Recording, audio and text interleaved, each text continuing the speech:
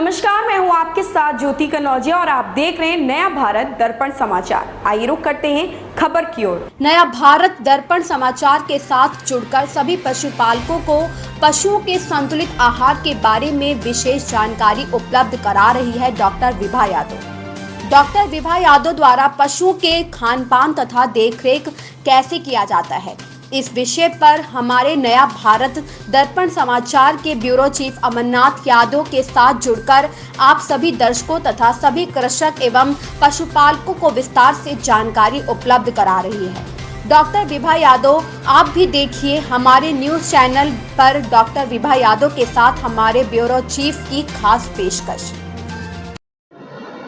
नया भारत दर्पण समाचार के सभी दर्शकों को नमस्कार। मुझे भी जुड़ने का अवसर मिला। सबसे पहले मैं आपको आज संतुलित आहार का पशुओं के लिए महत्व के बारे में बताने जा रही हूँ।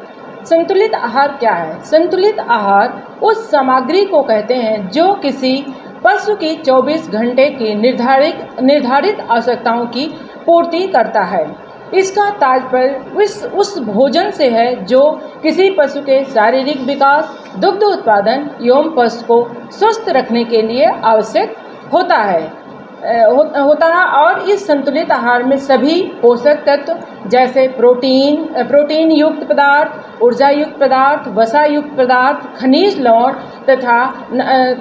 तथा विटामिन की मात्रा उचित अच्छी गुणवत्ता एवं उचित अनुपात में उपलब्ध होता है। जैसा कि ये सर्वविदित है, हम किसी पशु के अच्छी देखभाल से केवल 10% दुग्ध उत्पादन को बढ़ाया जा सकता है, जबकि किसी पशु के आहार पर अगर हम विशेष ध्यान दें तो उसकी दुग्ध उत्पादकता को 70% तक बढ़ाया जा सकता है। और जैसा कि हम सभी जानते हैं कि अगर हम पूरे जो पशु की लागत होती है, पशुपालकों की हमारे लागत होती है पशुपालन में, वो उसका लगभग 70% भाग जो उसके खर्चे का होता है वह किसी पशु के आहार पर ही लगता है, क्योंकि हमें आहार पर विशेष ध्यान देना होता है। तो अगर हम किसी पशु के जो है आहार पर विशेष ध्यान दें तो हमको संतुलित आहार कैसे बनाना है और पशु के लिए कैसे उपयोग करना है, तो लगभग हम 70% पशु के खर्चे को कम कर सकते हैं। संतुलित आहार के हम कैसे पूरे साल हमको संतुलित आहार मिलता रहे। जैसे हमें किसी पशु के लिए अगर संतुलित आहार बनाना है तो उसका जो है 2.5 से 3 किलो, अगर हमारे पशु का भार जो है 100 किलोग्राम का है तो उसको 2.5 किलो से लेकर 3 किलो तक शुष्क पदार्थ देना चाहिए। और ये शुष्क पदार्थ कैसा होना चाहिए? इस शुष्क पदार्थ में जो हमें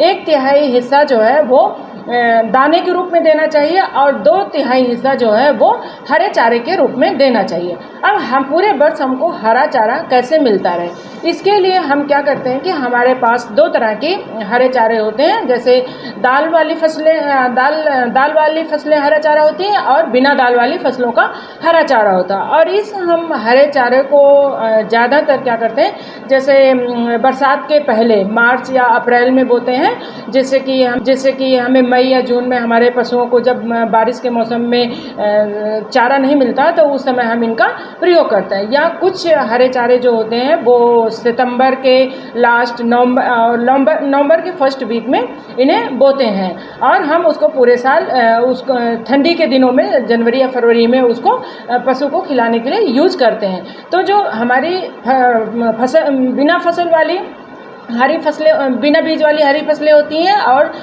फल वाली जो हरी फसलें होती हैं उनको हम 2 कतारों में बोते हैं। अगर एक कतार में हम बिना फल वाला हरा चारा बोते हैं तो 2 कतार में हमें फली वाला हरा चारा बोना चाहिए, जिससे हमारे जो उपजाऊ ज़मीन होती है हमारे खेत की वो हमेशा उपजाऊ बनी रहती है और उसकी गुणवत्ता भी बनी रहती है। तो इस तरह हमें 1 कतार में फली वाला चारा और 2 कतार में बिना फली वाला चारा लगा लगाते रहना चाहिए। और हमें कैसे पूरे साल ये हरा चारा मिलते रहे, जैसे पशुओं के हमें जो उनके खान पान पे खर्चा आता है वो कम लगे। तो इसके लिए हम हे या साइलेज 2 तरीके के हरे चारे बनाते हैं, जिससे हम पूरे वर्ष इनका उपयोग करते रहते हैं। हे एक प्रकार का हमारा हरा चारा होता है। इसमें क्या करते हैं कि जो हमारे जैसे ओट हो गया, इसको जब उसमें पकने लगती है ये फसल, तो इसको हम काट के 10 से 15 किलो का बंडल बना के इसको सुखा लेते हैं और इसको ऐसी जगह पर हम स्टोर करते हैं जहाँ पर नमी ना हो,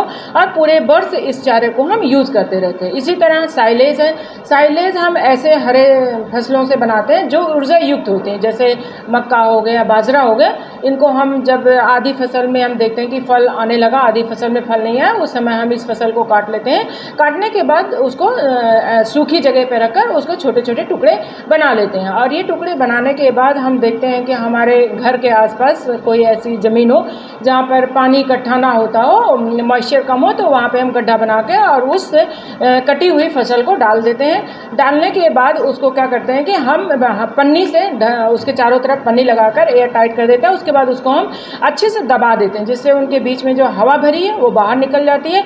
उसके ऊपर हम मिट्टी डाल देते हैं। मिट्टी डालने के बाद हम थोड़ा सा गोबर, हमारे पास जानवर रहते हैं, उसका गोबर डालने के बाद उसको ऊपर से मिट्टी लगा कर लेपन कर देते हैं। लेपन करने के बाद ये 40 से 45 दिनों में ये चारा हमारा तैयार हो जाता है। इसको हम खोल देते हैं। इसी तरह कई बार हमारे पास जैसे पोएरा होता है या भूसा होता है, इनको हम कैसे स्वादिष्ट बना सकते हैं।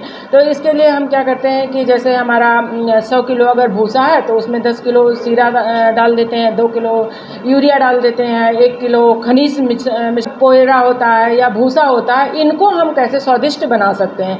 तो इसके लिए हम क्या करते हैं कि जैसे हमारा 100 किलो अगर भूसा है तो उसमें 10 किलो सीरा डाल देते हैं, 2 किलो यूरिया डाल देते हैं, 1 किलो खनिज मिश्रण डाल देते हैं, आधा किलो विटामिन डाल देते हैं, 1 किलो साधारण नमक ले लेते हैं और इसको 10 लीटर पानी में घोल के और उसको परत बाई परत बिछाकर सूखे चारे को, चाहे पोएरा हो या जो हमारा भूसा होता है, उसके ऊपर दर प्रदर डालते जाते हैं और इसको फिर हम एक जगह ढक के रख देते हैं। उसके बाद ये भी 20 से 25 दिनों के अंदर, 1 महीने के अंदर फिर इसको हम खोल के रख देते हैं, जिसके उसके अंदर जो मॉइस्चर है वो बाहर निकल जाता है। और ये चारा जो होता है बहुत ही स्वादिष्ट होता है और हमारे पशु इसे जो है बहुत ही चाव के साथ खाते हैं और इसको हम दाने के साथ मिला के देते हैं। तो इससे क्या होता है कि एक तो हमारे पशु इसको चाव से खाते हैं और हमारी जो इनके खान पान पे जो खर्चा होता है वो काफ़ी कम हो जाता है, क्योंकि जो दाना होता है वो बहुत महंगा होता है। जैसे हम कहें कि खनिज लवण या विटामिन, ये इनके पूरकों की संख्या जैसे मात्रा बहुत कम होती है। इनको जैसे 100 किलो हमें बनाना है तो 1 किलो हम लवण मिक्सचर, 1 किलो लवण मिक्सचर यूज़ करते हैं, आधा किलो विटामिन यूज़ करते हैं। तो देखने में तो बहुत कम है, लेकिन ये बहुत ही महत्वपूर्ण हमारे जानवर के लिए होते हैं और ये बहुत ही महंगे पोषक तत्व होते हैं। क्योंकि अगर हम संतुलित आहार, ये विटामिन खनिज लवण अपने पशुओं को मिलाकर खिलाते हैं तो उनके शारीरिक विकास बहुत अच्छे से होता है। जैसे अगर हमारा छोटा बछड़ा है, अगर हम उसे प्रोटीन युक्त भोजन देते हैं तो उसका शारीरिक विकास बहुत अच्छे से होता है और वो जल्दी प्रजनन के लिए तैयार हो जाता है। उनका जो ये इम्यून रोग प्रतिरोधक क्षमता होती है वो भी बहुत अच्छी होती है। समय से वो गाभिन मतलब अगली बार जो है प्रजनन के लिए तैयार हो जाते हैं और उन्हें किसी तरीके की बीमारी नहीं होती, जैसे रिकेट्स हो गया, हड्डियों का कमज़ोर होना, अगर हम कैल्शियम खिलाते रहें, क्योंकि हमारे जो संतुलित आहार होते हैं उसमें कैल्शियम भी मिलाते हैं, नमक भी मिलाते हैं, सारी चीज़ें मिलाते हैं। तो इससे क्या होता है कि उनको किसी चीज़ की कमी नहीं होती, जैसे एनीमिया हो गया, ये भी नहीं होता है। तो इन सब चीज़ों से हम बच सकते हैं और अपने पशु की लागत को हम काफ़ी कम लागत में अच्छा दुग्ध उत्पादन ले सकते हैं। यह है संतुलित आहार का हमारे पशुओं के लिए महत्व। ऐसी खबर से जुड़े रहने के लिए आप देखते रहिए नया भारत दर्पण समाचार।